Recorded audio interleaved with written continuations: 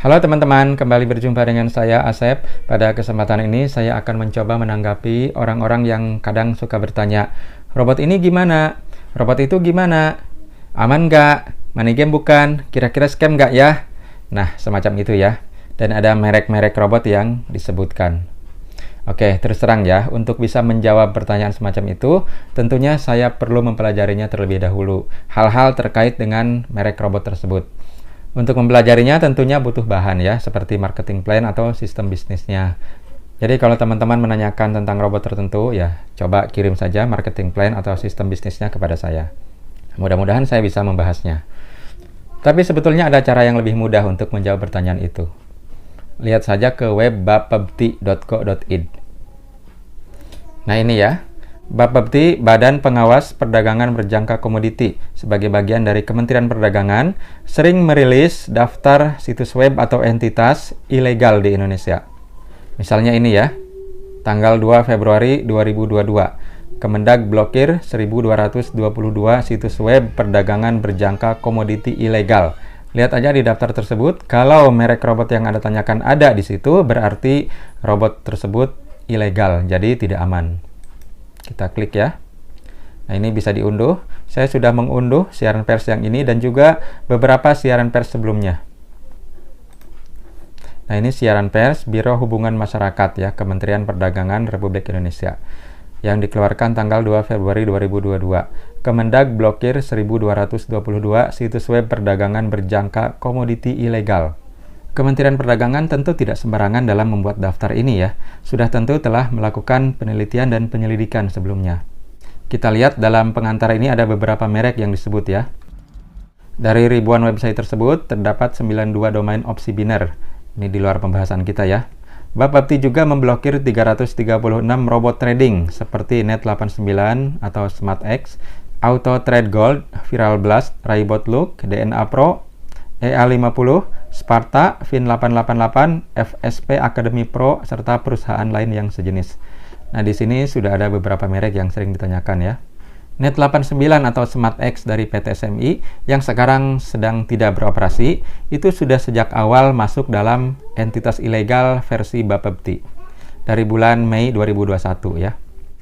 Kita lihat. Nah ini, daftar domain situs entitas yang melakukan kegiatan PBK tanpa perizinan dari Bapepti yang diblokir pada bulan April 2021. Ada Smart Xbot yang pertama ya, banyak tuh. Net89. Pada siaran pers yang selanjutnya di bulan Agustus 2021 juga masuk, September juga masuk. Jadi Net89 ini memang langganan daftar blokiran dari Bapepti. Lalu Auto Trade Gold atau ATG. Ini juga sudah masuk daftar blokiran Bapepti pada bulan Agustus 2021. Kita lihat ya, yang Agustus. Tuh, ATG ya, Auto Trade Gold. Banyak nih. Di bulan September juga masuk. Walaupun sekarang katanya ATG masih beroperasi, tapi kalau sudah masuk sini ya tinggal tunggu waktu saja saya kira ya. Lalu Viral Blast atau Smart Avatar, ini juga beberapa kali masuk di siaran pers sebelumnya. Lalu ada Raybot Look, saya lihat sih baru kali ini masuk ya. DNA Pro, ini juga beberapa kali masuk sebelumnya. Y50 ini sudah scam ya. Ada Sparta, Fin888, ini brokernya sedang kena masalah di Singapura, dan di Indonesia jelas tidak punya izin juga. Lalu FSP Academy Pro, ini nama lain dari Fahrenheit, yang operasionalnya ditutup juga bersamaan dengan Net89. Silahkan Anda lihat ya daftarnya di bawah ini.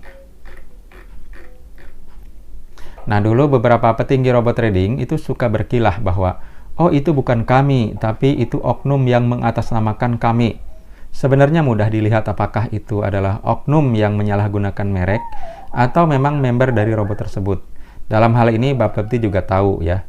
Kalau itu entitas legal yang ada di Indonesia tapi disalahgunakan oleh oknum, maka Bapepti akan menambahkan kata duplikasi. Kita lihat ya. Nah, misalnya ini, duplikasi PT Asia Pro berjangka, duplikasi PT Monex Investindo Futures.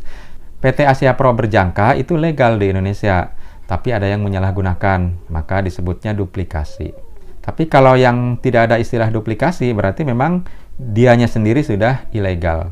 kayak Exness ya. Walaupun ini broker yang teregulasi di luar negeri, tapi di Indonesia belum teregulasi, jadi dianggapnya ilegal. FBS, Instaforex. Tuh ya, ada lagi duplikasi PT Interpan Pacific Futures, duplikasi PT First State Futures. Nah, kalau Smart X-Bot, nah tidak ada tuh kata-kata duplikasinya, artinya memang Smart X-Bot-nya ini yang ilegal. Jadi ya, kalau nama robot yang Anda tanyakan itu ada dalam daftar pemblokiran oleh Bapepti, berarti jelas itu ilegal. Jadi ya tidak aman pastinya. Kalaupun sekarang masih beroperasi, ya tinggal tunggu waktu saja. Tidak perlu berkilah, kami perizinannya lengkap, punya SIUP, punya SIUP-L, punya PSE, dan sebagainya. Kami tidak jual robot, kami tidak menghimpun dana masyarakat, tidak melakukan kegiatan investasi, dan sebagainya. Itu percuma ya, kalau merek robot itu sudah ada dalam daftar ilegal versi Bapepti. Bagaimanapun, mereka itu regulator, pengawas. Mereka yang punya kekuasaan. Jadi, jangan remehkan masalah legalitas ini. Jangan main-main dengan regulator. Mereka punya kekuasaan. Kalau mereka tutup bisnis Anda atau bisnis yang Anda ikuti, ya Anda mau apa? Anda bisa apa? Oke, mungkin Anda menganggap robot ini tidak bersalah. Tapi kan mestinya si pemilik perusahaan robot ini bisa minta tinjau ulang kepada Kemendag atau kepada Bapepti agar tidak masuk dalam list ilegal ini. Tapi faktanya mereka tidak melakukan itu. Bahkan ada merek yang berkali-kali masuk dalam daftar entitas ilegal. Tapi yang justru dilakukan oleh para petinggi robot trading, ya mereka berkilah atau ngeles. NIB, SIUP, SIUP-L itu dikeluarkan oleh Kemendag. Mayoritas perusahaan robot trading itu kan mengklaim bahwa perizinan mereka lengkap dari Kementerian Perdagangan. Tapi faktanya Kementerian Perdagangan sendiri yang menyatakan bahwa robot trading ini ilegal. Jadi seperti bertepuk sebelah tangan ya. Jadi terhadap pertanyaan, robot ini aman atau enggak? Money game bukan? Ya, cek saja di daftar entitas ilegal yang dikeluarkan oleh Bapepti Kementerian Perdagangan. Kalau ada, sudah jelas ya, itu ilegal. Jadi tidak aman. Soal money game atau bukan itu perlu dibuktikan lagi ya. Tapi dari segi legalitas jelas tidak legal, artinya tidak aman. Bagaimana dengan merek robot yang tidak ada dalam daftar tersebut? Ya, saya lihat memang ada beberapa merek robot yang tidak ada atau belum ada dalam daftar entitas ilegal yang dikeluarkan oleh Bapepti itu. Misalnya Gatot Kaca FX, Robot Trade, dan EA Copet. Nah, EA Copet ini dari namanya aja udah copet ya. Coba kita cek ya.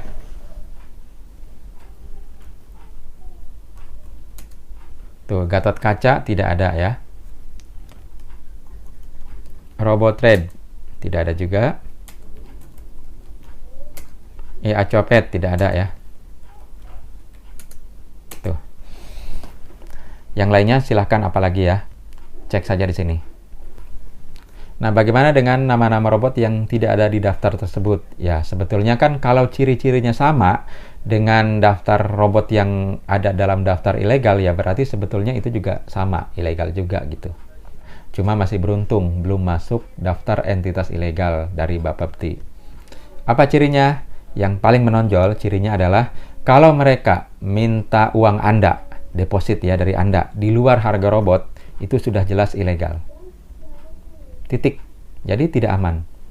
Kenapa? Karena tidak ada satupun perusahaan robot trading yang punya izin untuk menghimpun dana dari masyarakat untuk kegiatan investasi. Makanya semuanya ngeles kalau dituduh menghimpun dana masyarakat, karena memang tidak punya izinnya. Yang punya izin untuk menghimpun dana masyarakat itu terbatas ya lembaganya. Ada perbankan, menghimpun dana masyarakat untuk disimpan dan disalurkan ke aktivitas kredit usaha ya. Ada lagi perusahaan asuransi, menghimpun dana masyarakat untuk dipakai sewaktu-waktu membayar klaim ya jika ada yang terkena risiko. Dan ada sebagian juga yang diinvestasikan. Ada lagi perusahaan manajer investasi, menghimpun dana masyarakat tentunya untuk diinvestasikan. Nah ini perusahaan manajer investasi atau manajemen investasi inilah yang berhak menghimpun dana masyarakat untuk diinvestasikan. Ada lagi dana pensiun, ya, atau juga broker, pialang ya, itu memang boleh menerima dana dari masyarakat, tapi mereka tidak melakukan sendiri kegiatan investasinya. Yang melakukan kegiatan investasinya ya si trader itu sendiri gitu. Di luar itu ya mungkin ada koperasi atau BMT ya, Baitul Mal wa Tamwil, itu kan semacam perbankan juga ya. Ada izin untuk mengumpulkan dana, tapi kan terbatas lingkupnya. Lalu ada lembaga pengumpul donasi, misalnya lembaga amil zakat, seperti itu ya. Menerima dana dari masyarakat untuk disalurkan kembali sebagai sedekah. Dan di antara semua lembaga itu jelas ya, perusahaan robot trading bukan lembaga yang punya izin untuk menghimpun dana dari masyarakat. Jadi ciri pertama, kalau mereka minta deposit dari Anda, sudah jelas itu ilegal. Yang kedua, tentunya mereka untuk bisa mengambil uang Anda, mereka harus mengiming-imingi Anda profit yang tinggi ya, misalnya 1% per hari, 20% per bulan. Nah, kalau ada ciri yang kedua ini, iming-iming profit yang sangat tinggi seperti ini, maka jelas itu juga ilegal. Dan ini biasanya money game. Sejauh ini berdasarkan pengalaman tahun-tahun sebelumnya, entitas yang menawarkan iming-iming profit 1% per hari, 20% per bulan, itu semuanya terbukti money game, Ponzi ya. Semuanya scam pada akhirnya. Jadi dua ciri itu saja sudah cukup untuk menentukan apakah merek robot trading yang Anda tanyakan itu aman atau tidak, money game atau bukan. Pertama, menghimpun deposit untuk diinvestasikan ya. Kedua, iming-iming imbal hasil yang sangat tinggi. Oh, mungkin Anda ngeles. Depositnya kan nggak ke perusahaan robot trading, tapi ke broker. Sama aja ya. Kalau itu dalam satu paket dengan pembelian robot, berarti itu tidak punya izin. Mestinya kalau jualan robot trading ya robot trading aja, putus gitu ya. Mengenai depositnya mau di mana, di broker mana, dan sebagainya itu terserah pembelinya. Tidak diatur-atur oleh perusahaan robot trading. Lagi pula kalau benar perusahaan robot trading itu tidak menghimpun dana dari masyarakat, lalu dana para member yang sekarang banyak nyangkut di sana dan tidak bisa ditarik itu, dana apa? Ngopi dulu ya.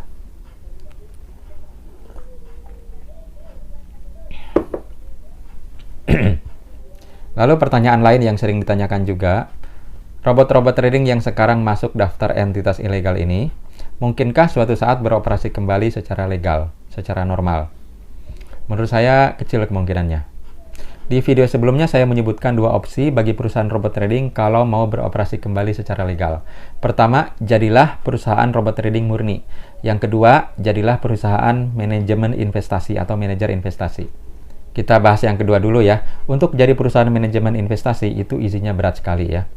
Dan sejauh ini belum ada perusahaan manajer investasi yang melakukan kegiatan investasinya di perdagangan berjangka komoditi. Yang ada seperti para manajer investasi yang mengeluarkan produk-produk reksadana, itu kan investasinya di bursa efek ya, ada di saham, di obligasi, ya deposito, dan semacam itu. Yang itu resikonya relatif lebih terukur. Oke, kalau sebagai perusahaan manajer investasi itu hampir tidak mungkin untuk bisa ya bagi perusahaan robot trading. Jadi pilihannya tinggal yang pertama ya, jadilah perusahaan robot trading murni. Hanya jual robot secara putus. Dengan sistem MLM boleh tentunya ya. Jadi robot tradingnya ya sebagai produk, seperti halnya perusahaan MLM lainnya ada produk gitu. Kalau robot trading mungkin ya produknya berupa software. Tapi jelas ya, filenya ada seperti itu dan itu dipegang oleh pembeli. Kalau sistemnya jual beli putus ini ya berarti terserah pembeli mau depositnya berapa, mau di broker mana, mau settingan algoritmanya seperti apa. Tidak seperti sekarang ya, yang itu seragam untuk semua member. Profitnya pun seragam. Nah, nanti kalau robotnya dibeli secara putus, ya tentunya hasil investasinya tidak akan seragam. Berbeda-beda untuk tiap member. Jadi kalau perusahaan robot trading ini berubah menjadi MLM murni, ya, dengan produk robot trading yang dijual beli secara putus, maka ya tidak ada urusan dengan soal broker, apakah dia harus lokal dan terregulasi Bapepti, lalu harus depositnya dengan cara apa dan di mana, itu nggak ada urusan. Tidak ada urusan juga dengan selisih kurs, dengan profit sharing, dan sebagainya. Jadi semuanya terserah member. Mau deposit berapa, mau di broker mana, termasuk kalaupun si member pengen pakai itu robot di broker luar negeri, ya itu terserah member. Selama ini kan juga orang Indonesia banyak yang trading di broker luar negeri, dan itu kan no problem ya. Selama itu dilakukan secara individual. Yang jadi masalah itu kan ketika trading itu dilakukan secara kolektif. Jadi ada manajer investasinya. Net89, ATG, DNA Pro, dan sebagainya itu kan sudah berperan sebagai manajer investasi. Yang itu jelas tidak ada izinnya. Dan saya kira tidak mungkin diizinkan di Indonesia. Karena menurut saya ya, tidak mungkin pemerintah mengizinkan produk investasi yang berisiko sangat tinggi itu dilakukan secara kolektif melalui manajer investasi. Kalau perorangan ya boleh, dan selama ini kan sudah banyak yang melakukan secara perorangan ya. Tapi kalau kolektif, ada manajer investasinya dan ditawarkan ke masyarakat banyak seperti halnya reksadana, nah itu menurut saya tidak mungkin diizinkan oleh pemerintah. Jadi hanya tersedia satu pilihan bagi perusahaan robot trading kalau mau legal kembali di Indonesia, yaitu jadilah MLM murni dengan produk robot trading yang dijual secara putus.